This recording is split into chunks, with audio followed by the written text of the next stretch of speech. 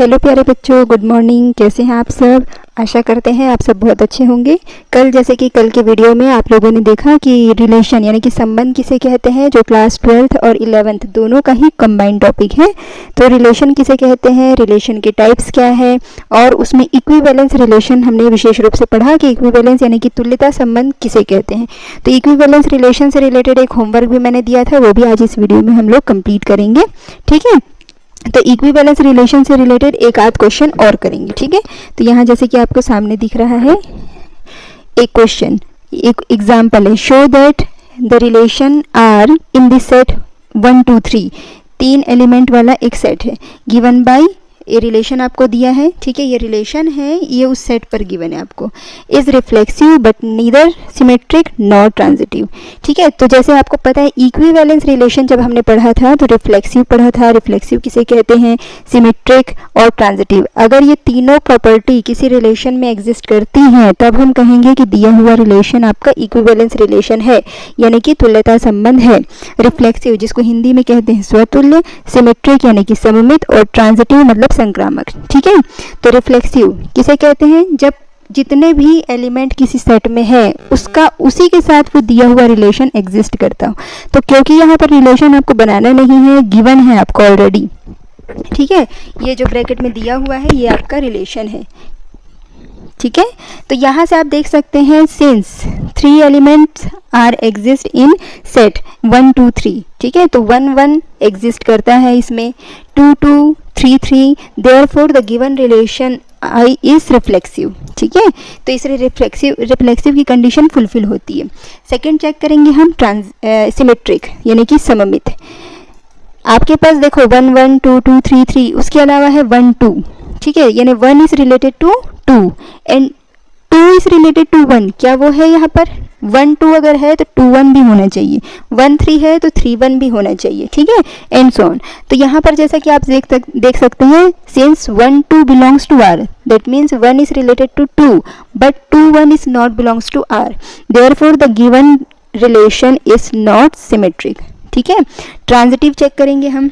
Since 1 2 belongs to R, यहाँ से जैसे आप चेक कर सकते हैं 1 2 belongs to R and 2 3 also belongs to R, मतलब 1 is related to 2 and 2 is related to 3।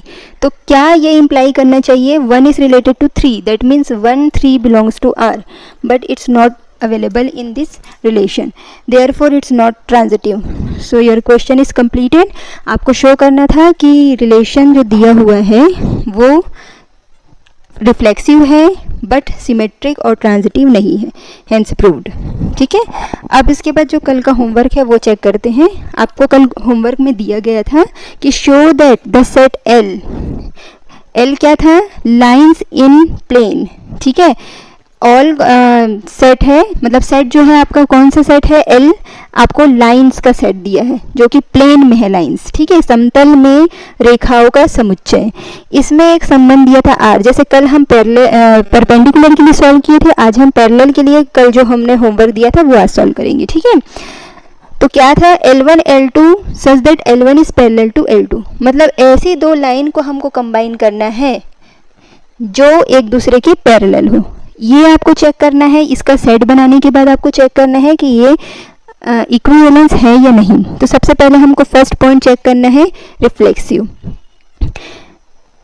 All lines are parallel to itself. ठीक है, आपको पता है कि हर एक लाइन स्वयं के समांतर होती है। ठीक है, इसीलिए रिफ्लेक्सिव है।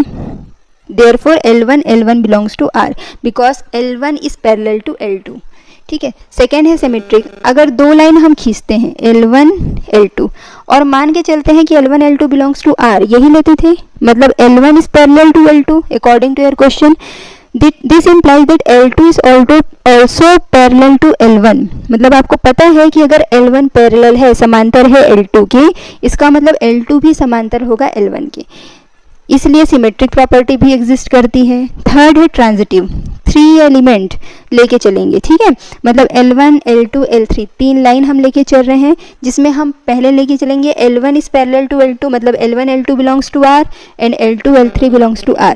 इसका मतलब क्या हुआ, दोनों बिलोंग करता है R में, मतलब रिलेशन में, मतलब रिलेशन की कंडीशन फुलफिल होगी।